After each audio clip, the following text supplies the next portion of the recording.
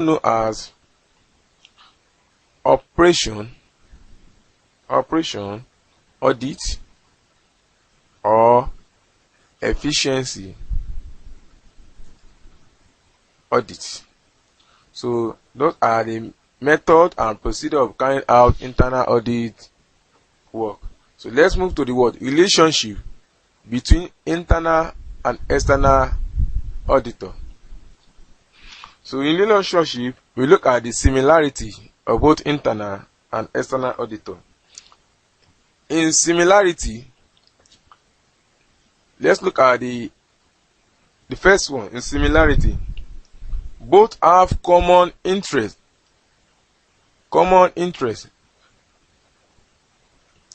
Both the internal and external auditor have common interest in accounting system.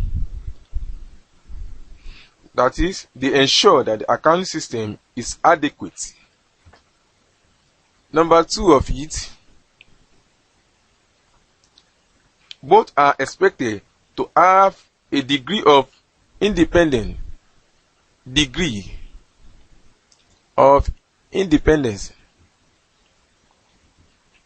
That is, both are expected to have a degree of independence for effective and efficient performance. 3. Both ensure a sound and effective system. Both ensure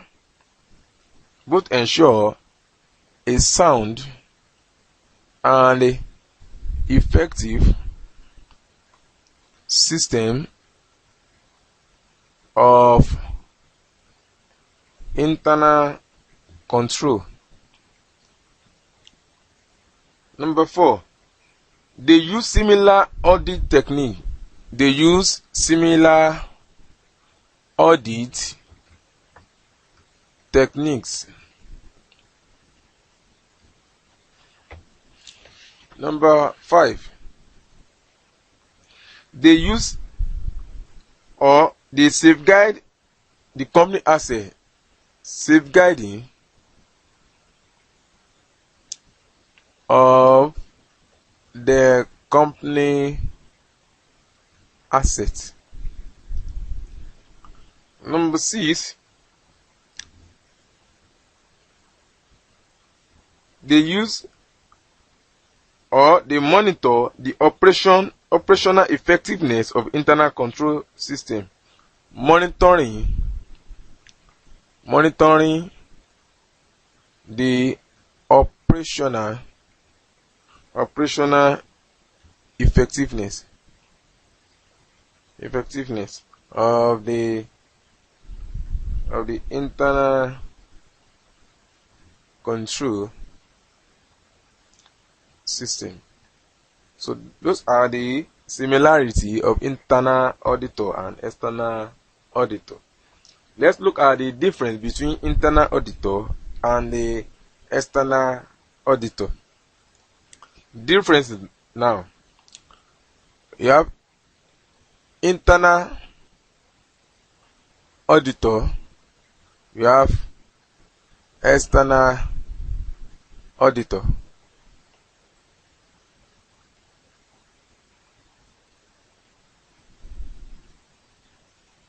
Internal auditor and external auditor.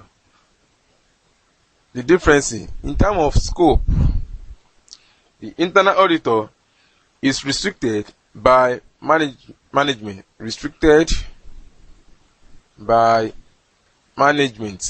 while external auditor, it is stipulated or defined by statutes.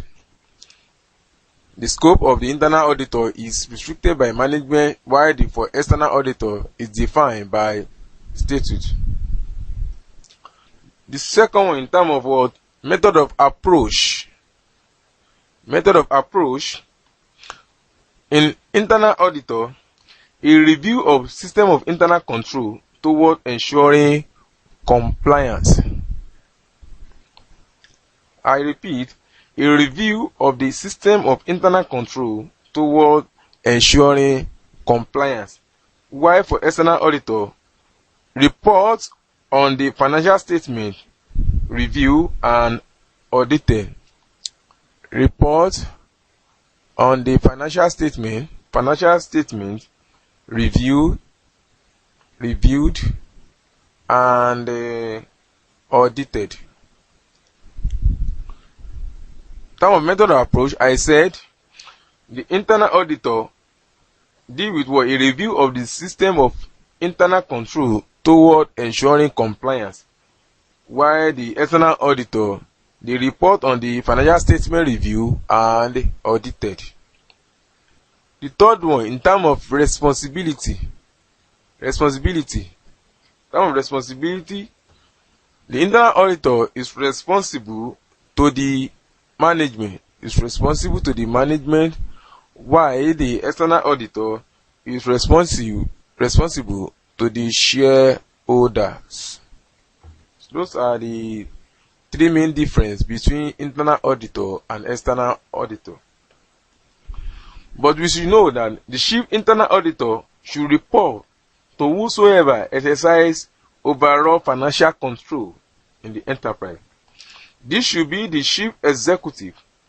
The internal audit function or department should not come under the control of the day-to-day head of the account department, as this will impair on his independence.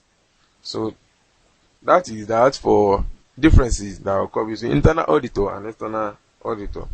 So let's move to the area where the internal auditor could be assisted to external auditor. What area? The first one, we look at the preparation of schedule.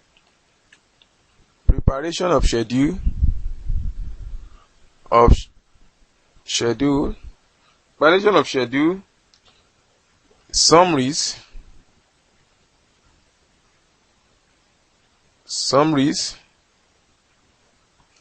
and analysis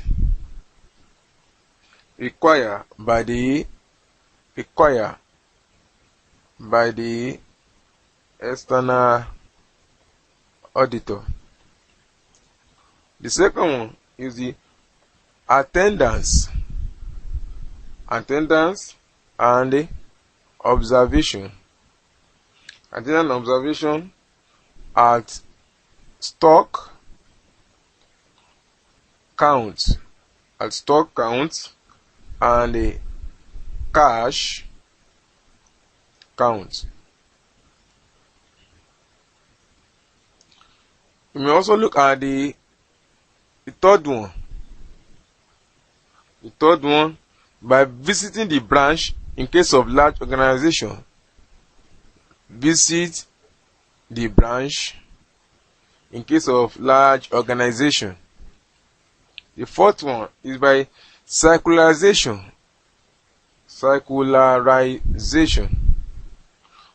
of debtors and creditors. The fifth one is review of internal control system. Number 6, verification of transaction. And balances. And the number 7, system documentation.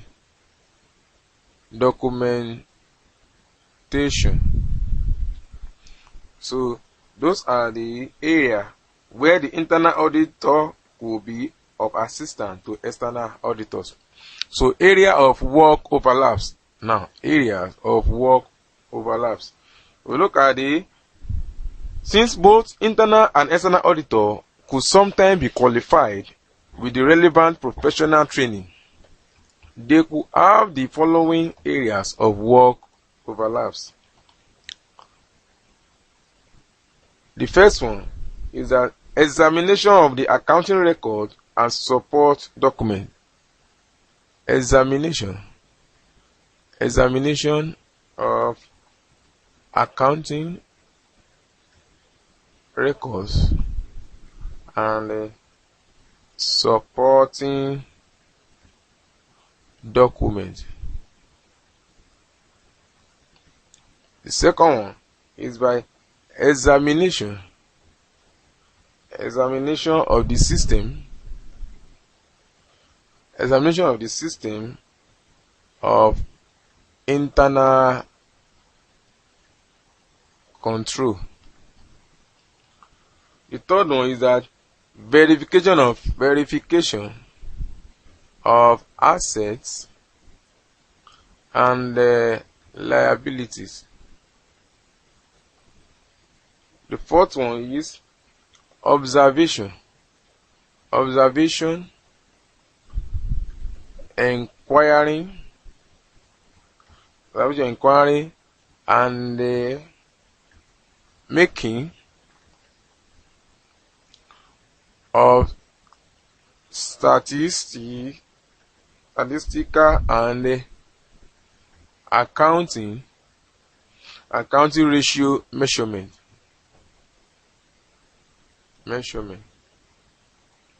So those are the area of work overlap. I repeat: number one, examination of the accounting records and supporting documents. Number two, examination of the system of internal control. Number three, verification of asset and liability. And number four, observation, inquiry, and the making of statistical and accounting ratio measurement. So let's move to the factors that determine the extent to which the external auditor can rely on the work of the internal auditor. What are the factors? Look at the one, degree of independence and objectivity of the internal auditor. Degree of independence. Look at the degree of independence and objectivity of the internal auditor. That's the first one. The second one is what? Relevance of the scope and objective of internal audit function. Relevance of the scope and the objective of the internal audit function. The third one is that the competence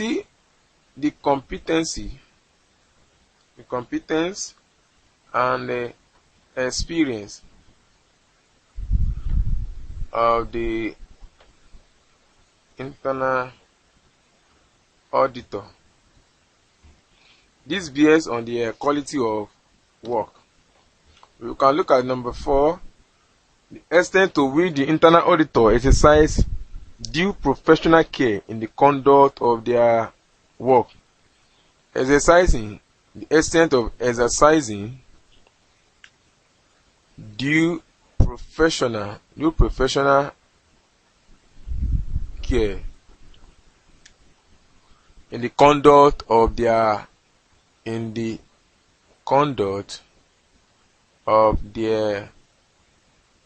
work.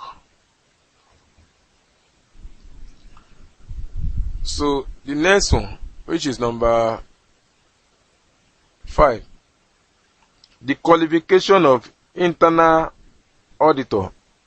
Look at the qualification of internal auditor. Number 7, look at the degree of cooperation experienced in the past. Degree of cooperation experience in the past. Number 8, we look at the responsibility of the internal auditor. Responsibility of internal auditor. Number 9, look at the efficiency of the internal audit department, efficiencies of the internal audit department, and we can also have the adequate